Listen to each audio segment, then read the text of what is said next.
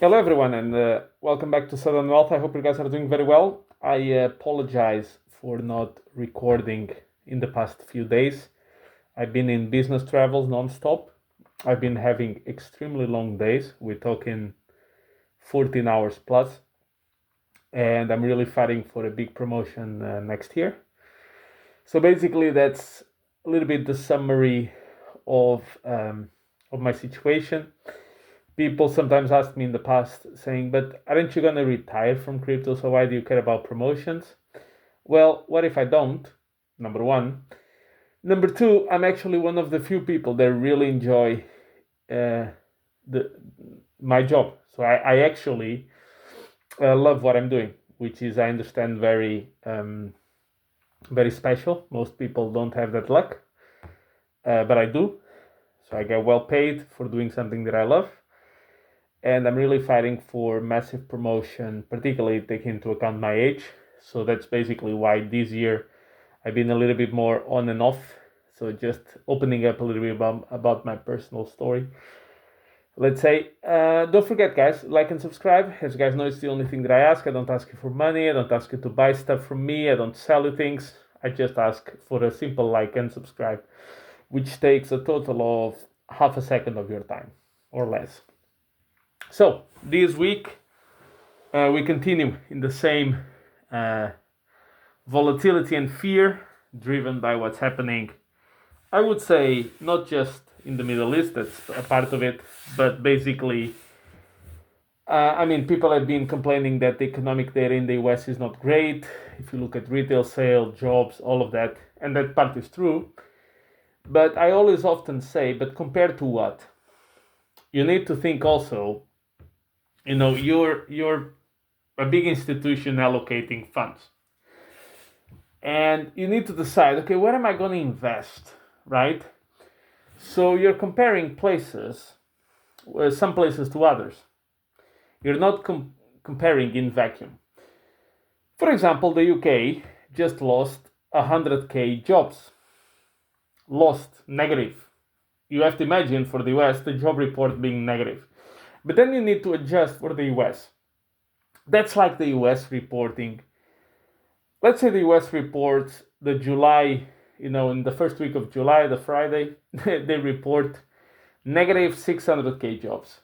Not plus 120,000, talking negative 600 plus thousand. That's the equivalent of what's happening in the UK. China's PPI came out at negative 3.3%, which is massive deflation.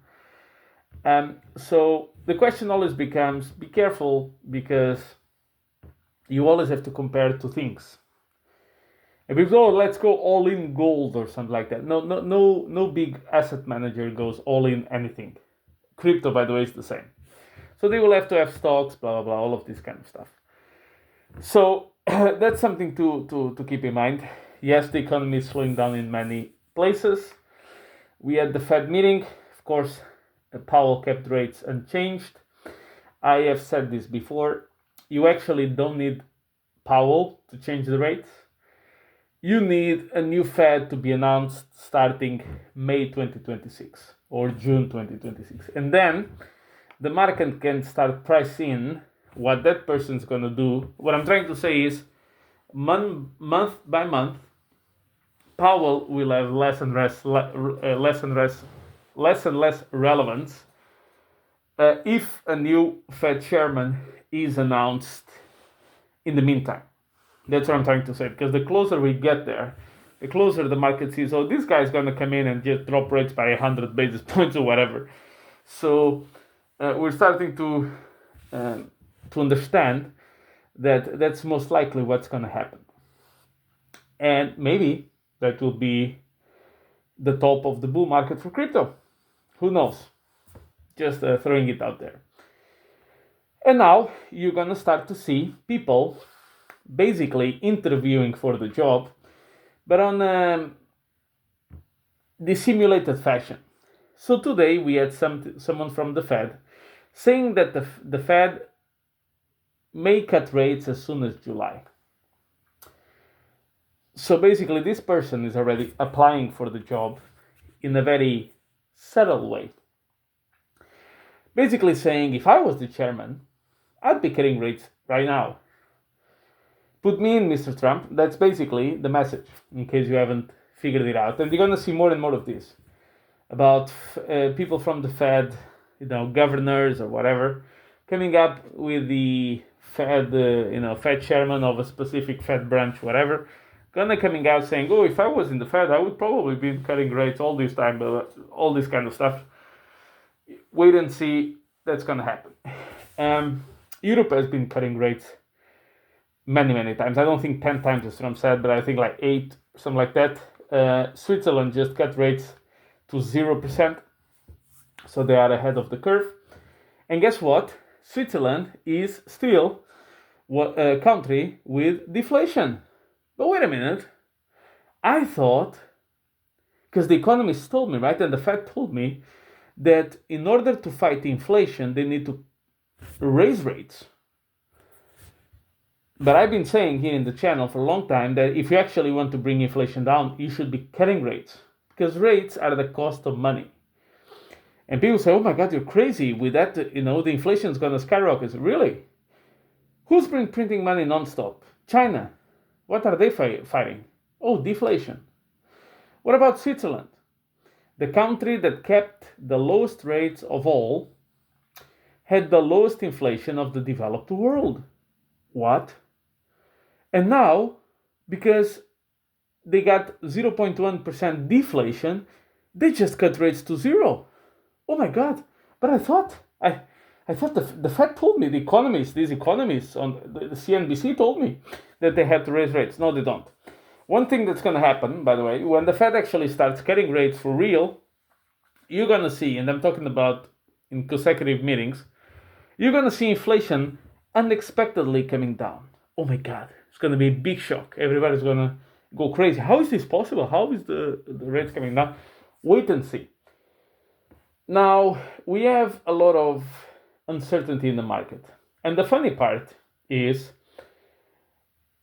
if you go on Twitter, if you listen to financial media, if you read the Financial Times, which you should only for comedy purposes, if you go on YouTube, it's like everybody's so bearish.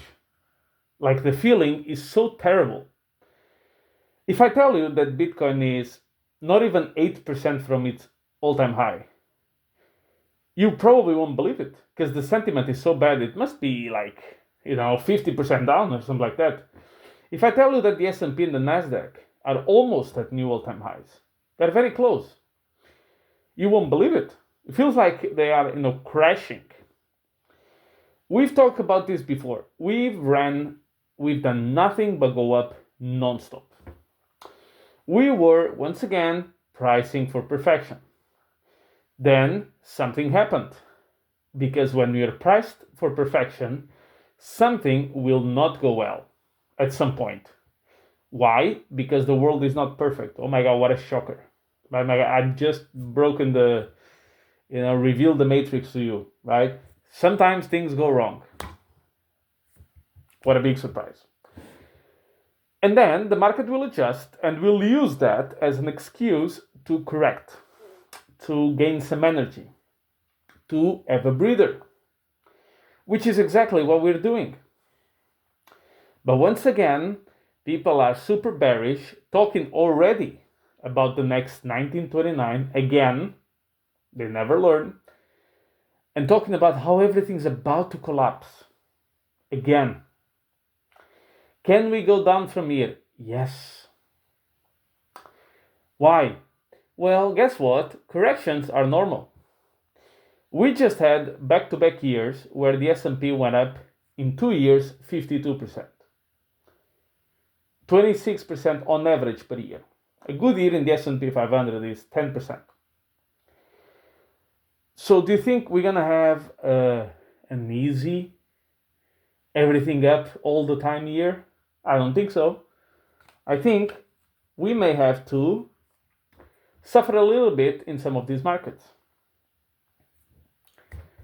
The question remains, is liquidity going up? Yes. Are governments, what are governments doing? Are they still debasing their currency? Yes. How? Deficit spending. Haven't you seen that we just hit record deficits again? Haven't you seen that the biggest central bank is still not even printing money yet? Have you noticed that? At some point, that's going to happen. Now, the question is, let's say that the problems in the Middle East escalate. I'm not talking about here who's going to win, who's going to lose. Is it nice to be there? Is it not nice? Is it a betrayal? Is it not? That's not the point here. What is the solution if that happens? Money printing and deficit spending. Okay, what does that mean? That means that after the short-term noise, volatility, fear, panic, oh my God, rip my head off, and this is why, I found this chart that correlates with the 1929 moon cycle, whatever. Eventually, risk assets go up. And they go up for a simple reason. The currency is worth less. That's all. I know it's not sexy. I know I'm not showing you a chart with 5 trend lines in the same chart, some of them opposite of each other, right, in terms of messaging. I know that I'm not advocating like Harry Dent that the world is about to end, and that I'm not like with Peter Schiff, oh my God, we're going to have 100% inflation tomorrow. I know it's not as, oh my God, the meteor is coming to the earth, the sun is about to explode. I get it. It's not as exciting as that. But basically, at the end of the day, that's what most of the times we do. We hit the 50-week moving averages in some coins, and it acted as resistance. So we need to gain some energy and try to break it again. Sometimes we sell off and we just hit major support levels. And as people are trying to draw scenarios of the end of the world, again, you should also ask the question, okay, what happens if this conflict resolves, trade deals eventually happen, real wage growth continues? What happens if in that case? And because I'm going to tell you what all these YouTubers and influencers will tell you. They will say, oh, this is just the final spike before the whole thing collapses. And they will keep on predicting this non-stop until eventually, yes, you hit another correction. And then they will say, oh, see, I told you so. The S&P just went down from 7,000 to 6,600. Ah, what a crash. See the point? There's going to be a time, I can tell you this already, there's going to be a time where Bitcoin is going to fall to 125K. And the same bearish sentiment will happen again. So now, if I tell you now, imagine Bitcoin pumps next week to 125K. You would feel very excited if I told you that. I agree. Most people would feel very excited if that happened. I can tell you, one day, Bitcoin being at 125K will feel very bad. Just like now, being at 103 is terrible. People already forgot when we were at 75K 2 months ago that everybody was begging to get to 85K. People were betting, oh my God, can we see the 100,000 once? Will we ever see 100,000? Bitcoin's going to go to 30,000, 25,000. Oh, we're going to take out the 16,000 low of FTX. These were what everybody was saying. Not everybody, but a lot of people were saying. So basically, at that moment in time, this was 2 months ago. This is not like 20 years. No, this is 2 months ago.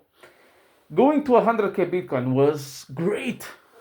Was excellent if that happened. Oh my God, I'm going to feel so good if that happens. I'm going to throw a party here. It's going to be crazy. And now, and I told you at the time, I can tell you already, Bitcoin's going to fall to 100K or close to it again. And they say fall. What do you mean fall? I say fall, not rise. fall. And you'll feel as bearish as when it was 75K. I will invite you to do something. Use ChatGPT, use whatever you want. Check what happened to risk assets performance.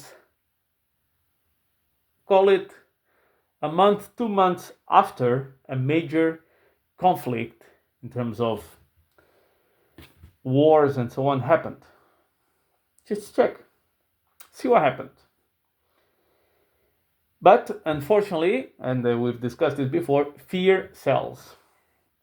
If I came here and I did nothing but videos with the hands on my head, with the thumbnail filled with fire behind me, and bleeding through my eyes and doing all of this kind of stuff, I would have 10 times the views. But you see, I don't care about the views that I have because this is not my life. I do it for fun. So I don't have to BS you like other people have to do. Crypto banter, for example, is a perfect example. One day, the war is not going to happen. It's all fake and fugazi. Then the war happens. I told you that the war is going to... What? No, you told me the opposite. But now I need to learn from you how to maneuver in the war. The war that you just told me was not going to happen. Right? So he's promoting Pump Fun, the Pump Fun token that is coming. He's promoting it because he was offered something, right? He said it, and he was creating reasons of why this was going to go excellent. But you see, now he's very quiet about Pump Fun. Try to figure out why. Where are the people from Pump Fun? Why was that account suspended on Twitter? Why am I not hearing about this token anymore? What happened? Check it. Now he's quiet. Do you think he apologized for pushing it? No, he just continues to the next one. To the next thing. Doesn't matter. Now we brought Garrett Soloway. Why? Because Garrett Soloway is always bearish somehow. He's like the Kramer apprentice, if you want to call him that. He says that he wins 76% of his trades, yet you go on every video that he posts, there's nothing but negative comments, the entire section. You go to any video that you see about him, there's nothing but negative about people saying, oh, this guy, he lost huge amounts on NVIDIA, but he counts that as one. You see, it's like, I won 5 times, $50, but I lost 500,000 on this thing. But I said, oh, no, but I won a lot of stuff. Like, this is the way he sells it. And this is why anybody that complains about the services that he sells ends up blocked by him. But now he's bringing him because he's going to talk bearish stuff. If this continues a little bit more, he's going to be bringing every dent. He doesn't care. It's all about the views. And if some weird IPO of a business or ICO of a coin worth billions of dollars pops up, I can tell he's going to pump it. If he gets, some info, some insider stuff on him, on the project, then he will talk about it. But what I'm trying to say here is, particularly that channel, one day is why crypto is going to dump, why crypto is going to pump. Then you have the other guys making video. Oh, this is my strategy. Boom. Next day, the strategy is the opposite. And then the next day, the strategy is an hybrid of the first two. It's a nightmare. But it gets a lot of views. So I don't blame them for continue to doing what they're doing. Terra Luna, you name it, they are there. Every time. Pump Fun now, it doesn't matter. The next one is going to be there. Then he will just talk about something else. Now, what I'm trying to say here is this is actually opportunities in the sense of when the sentiment is garbage, that's usually the best time to make moves. Now, I cannot tell you what to do because it's up to you, and things can still go down quite a bit. And that needs to be very clear. But usually, what I'm saying is, if you look historically, when everybody's throwing parties and trying to convince you, and your grandmother is asking how to connect the computer to the internet because she wants to have a Coinbase account, that's really a bad sign. We have none of it at the moment. But, it is what it is. I hope you guys derive some value from this video. Don't forget, like and subscribe. I'll catch you in the next one. I should be now a little bit more, I won't record every day, but I will try to record. So one day I record, the other I don't, the other day I record, the other I don't, something like around those lines. So thank you very much. Enjoy your weekend. It's summertime for the ones in the northern hemisphere. And don't forget, like and subscribe, and I'll catch you in the next one.